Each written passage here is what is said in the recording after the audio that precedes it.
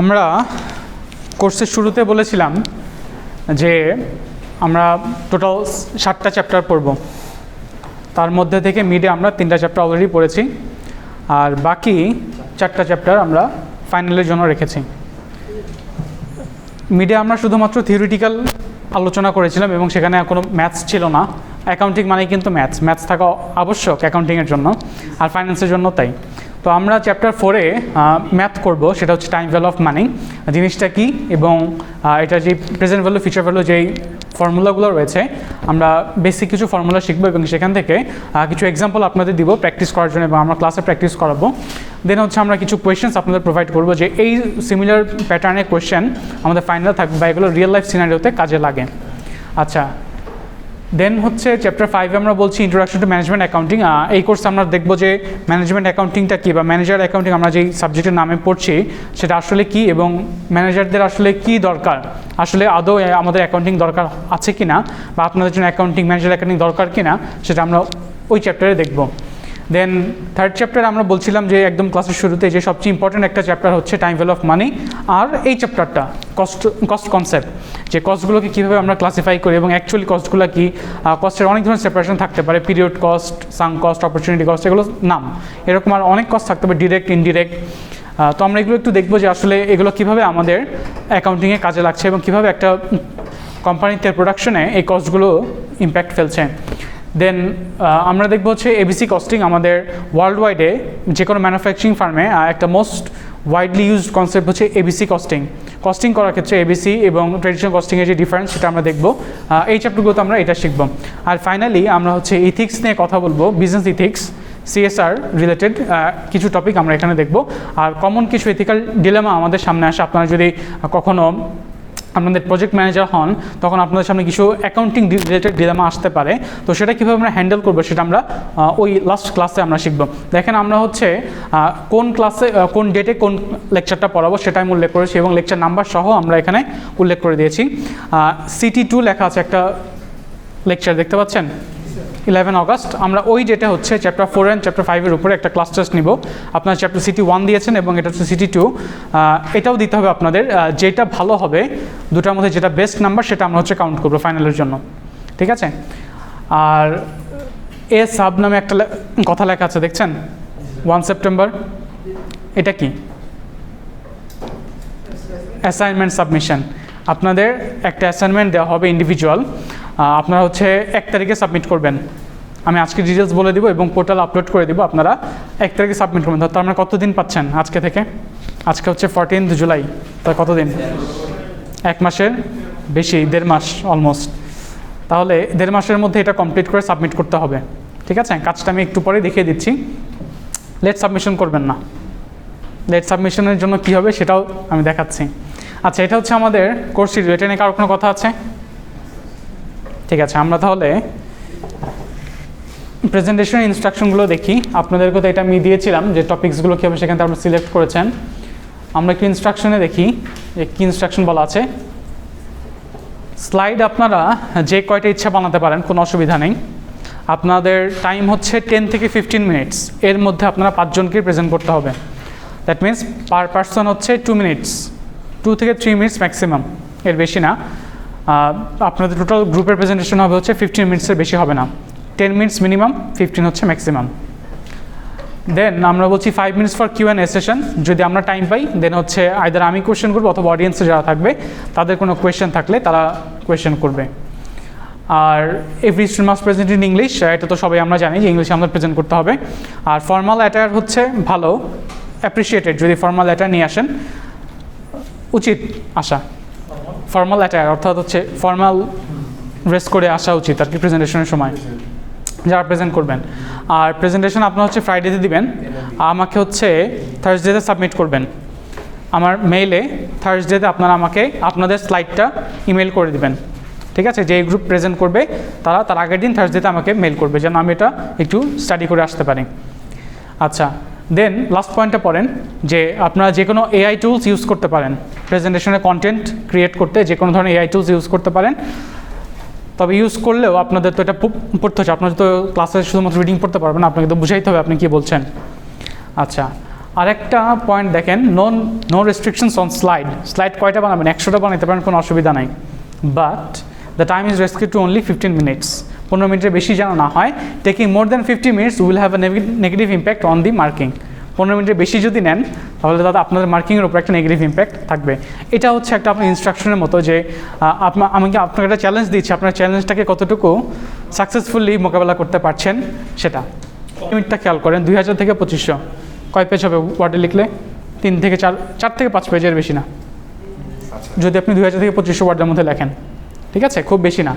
এটা হচ্ছে word limit, font size, line spacing, page numbers. এটা শেষ করি, ঠিক আছে। আমাদের ফরম্যাটটা আগে দেখেন, উপরে হচ্ছে ফরম্যাট, সেটা হচ্ছে আমরা বলছি আপনার শুরু থাকবে হচ্ছে অ্যাবস্ট্রাক্ট দিয়ে। অ্যাবস্ট্রাক্ট মানে কি কেউ বলতে পারবেন? অ্যাবস্ট্রাক্ট মানে হচ্ছে সামারি। আপনি যেই রিপোর্টটা করছেন বা অ্যাসাইনমেন্টটা করছেন তার একটা সামারি ভার্সন মাত্র 150 ওয়ার্ডসের মধ্যে আপনার ওই অ্যাবস্ট্রাক্টটা লিখতে হবে, যে আপনি অ্যাসাইনমেন্টে কী লিখেছেন, আপনার অ্যাকচুয়াল সামারিটা কি অ্যাসাইনমেন্ট সেটা লিখবেন। দেন হচ্ছে ইন্ট্রোডাকশন লিখবেন, আর ইন্ট্রোডাকশনের পরে থাকবে মেইন বডি। মেইন বডির মধ্যে আপনার যত ধরনের হেডিং দিয়ে করতে পারেন, কোনো অসুবিধা নেই। আর ফাইনাল হচ্ছে কনক্লুশন।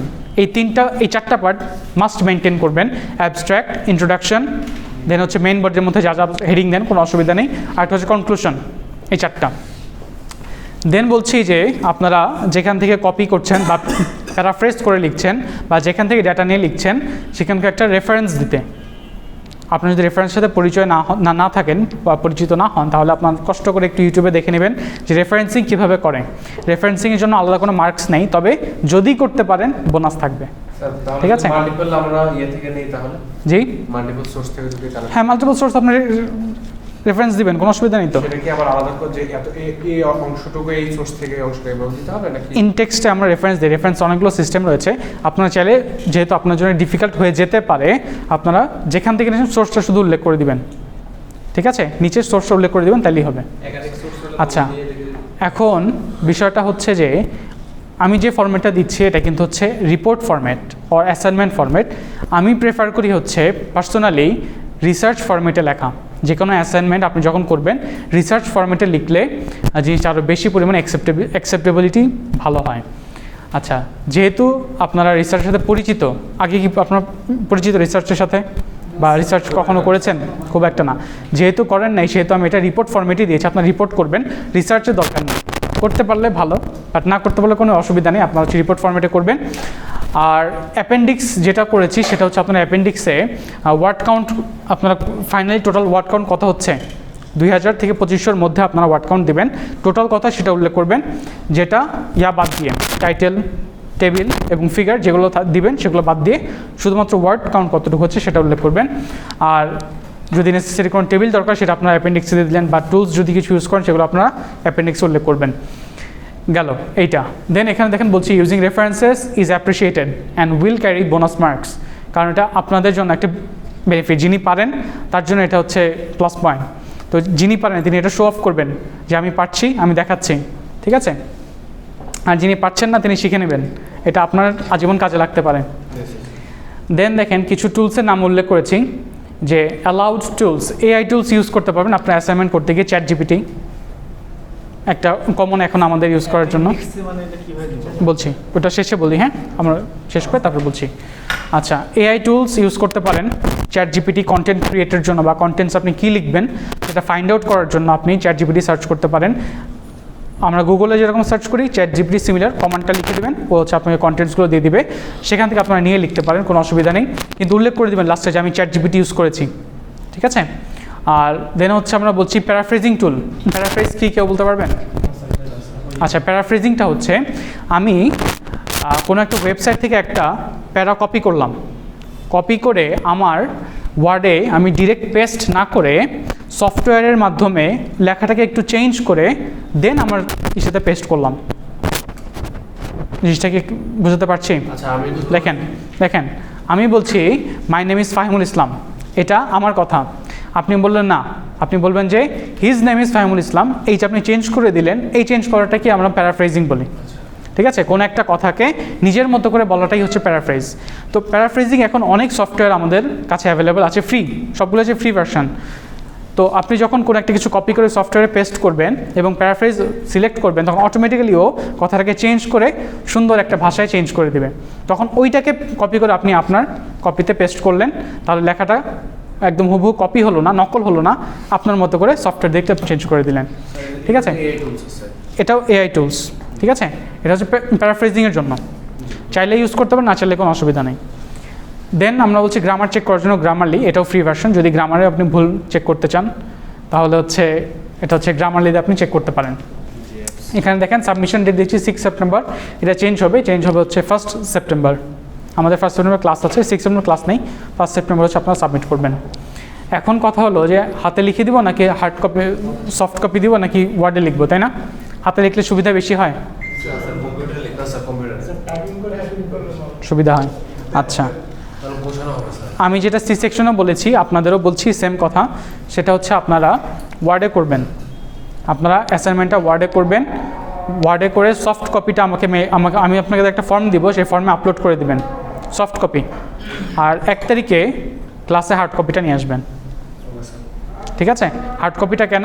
ডকুমেন্টস যে আপনি সাবমিট করেছেন তার ডকুমেন্টের জন্য হার্ড কপি, আর সফট কপি হচ্ছে আপনাদের ইয়াটা চেক করার জন্য, আপনারা কতটুকু কপি করেছেন বা করেন নাই সেটা চেক করার জন্য। আমরা যেটা বলছিলাম যে মার্কস ডিস্ট্রিবিউশনটাকে আপনারা দেখেছেন, একটা মজার জিনিস আছে না? আচ্ছা, রিচ কন্টেন্ট রাইটিং, আপনাদের কন্টেন্ট রাইটিং কেমন হয়েছে তার উপর বেস করে আমরা 4 মার্কস দিচ্ছি। আপনারা যদি ফরম্যাটটা ঠিকমতো মেনটেন করতে পারেন, যেটা উপরে দেখালাম, ফরম্যাটটা মেনটেন করতে পারলে 2। দেন হচ্ছে যদি অ্যাসাইনমেন্ট ইন্ডিভিজুয়াল আমি সিলেক্ট করে দিয়েছি, যদি আইদার ওভারল্যাপ করে আরেকজন স্টুডেন্টের সাথে, অথবা এ সেকশন বি সেকশন বা সি সেকশনের সাথে ওভারল্যাপ করে সেম লেখা হয়, মার্কস কিন্তু আপনারা 1-2 কম পাবেন। আর যদি ওভারল্যাপ করার পরে আপনাদের লেখা ডিফারেন্ট হয়, বোথ পার্সনই হচ্ছে 2 পাবেন। দেন আমরা বলছি যে যদি কোনো টুলস ইউজ করেন, অ্যালাউড টুলস যেগুলো বলছি, এআই টুলস, তাহলে আপনারা 1 পাচ্ছেন। আর অন টাইমে যদি সাবমিট করেন 1 সেপ্টেম্বর, তাহলে আরও 1। এগুলো কিন্তু 10-এর মধ্যে, 6 তারিখ করে চেঞ্জ করে 1 করা হয়েছে। 6 তারিখ আগে দিয়েছিলাম, পরে দেখলাম যে আমাদের ক্লাস হচ্ছে 1 তারিখে, তো আমরা 1 তারিখে হচ্ছে সাবমিট করব। দেন ফাইনালি হচ্ছে যদি প্রপার রেফারেন্স ইউজ করেন তাহলে 10 মার্কসের বাইরেও আমরা বোনাস 1 দিচ্ছি। আর যদি ডিজাইন যত সুন্দর করতে পারেন তত হচ্ছে ভালো, দেখতে সুন্দর লাগবে এবং সেটা হচ্ছে অ্যাপ্রিসিয়েটেড। আর যদি লেট সাবমিশন হয়, প্রতি 2 দিনের জন্য আমি প্রত্যেকের জন্য ডিফারেন্ট টপিক সিলেক্ট করে দিয়েছি, সেকশন এ, সেকশন বি, সেকশন সি আলাদা করে। তো আপনার আইডি দেখে আপনার টপিকটা আপনি খুঁজে নেবেন। আপনার এটা বলেন 24। দেখি আপনার ভাগ্যে কী আইডি এসেছে, কী অ্যাসাইনমেন্ট এসেছে দেখি। দেখেন আপনার হচ্ছে এইটা, global accounting standards. Portal upload করে দেবো, আপনার খুঁজে নিয়েন। আপনার আইডিটা কত স্যার? বসেন, কোন সেকশন? B section 252। দেখি আপনার ভাগ্যে কি আসছে। না, নিচে 252। এই যেটা হচ্ছে আপনার accounting, unravelling the factors behind PayPal's impressive financial performance. এটা হচ্ছে পেপ্যালের একটা সার্টেন টাইম পিরিয়ড ছিল, যে টাইম পিরিয়ডে তারা ফাইন্যান্সিয়ালি প্রচুর নয়ছয় করেছে। তারা ওই টাইমটাতে অনেক হিউজ অ্যামাউন্টে তারা প্রফিট দেখিয়েছে, কিন্তু ওই অ্যামাউন্টে তাদের ইনভেন্টরি থেকে সেলস যায় নাই। তো ওই জিনিসটা হচ্ছে আপনারা এটা ইন্টারনেট সার্চ করলেই পাবেন যে এটা কী করেছে। তো ওইটা হচ্ছে আপনারা লিখবেন যে তারা আসলে কী করেছিল, কীভাবে করেছে, তাদের অ্যাকাউন্টসে কী ধরনের ঝামেলা হয়েছিল, সেটা আপনার অ্যাসাইনমেন্টে লিখবেন। এটা হচ্ছে আপনারটা বলেন প্লিজ। আইডি 154। কোন সেকশন?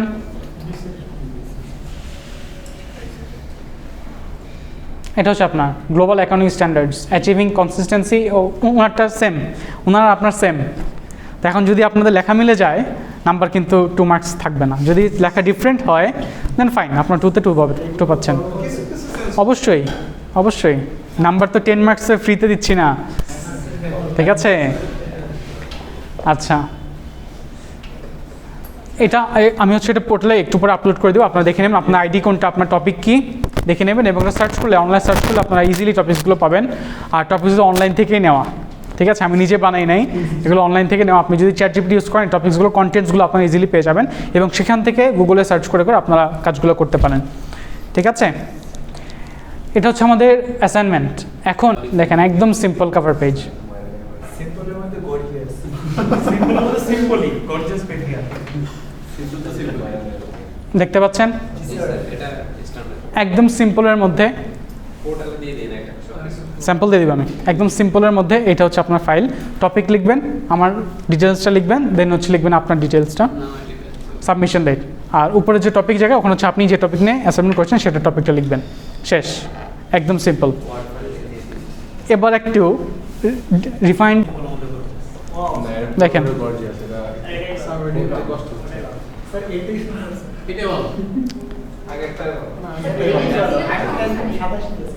বলছি দেখেন এখানে কিছু বিষয় দেখেন। এটা হচ্ছে আপনার ডিপার্টমেন্টের নাম, আপনার টপিক, সাবমিশন ডেট, দেন হচ্ছে যিনি student name and ID, then subject name, then হচ্ছে আমার ডিটেলস। একদম সিম্পলে, খুব বেশি ডিটেলস লেখার দরকার নেই, যতটুকু দরকার। আর দেখেন এই কর্নারে ছোট্ট একটু করে কি লেখা আছে,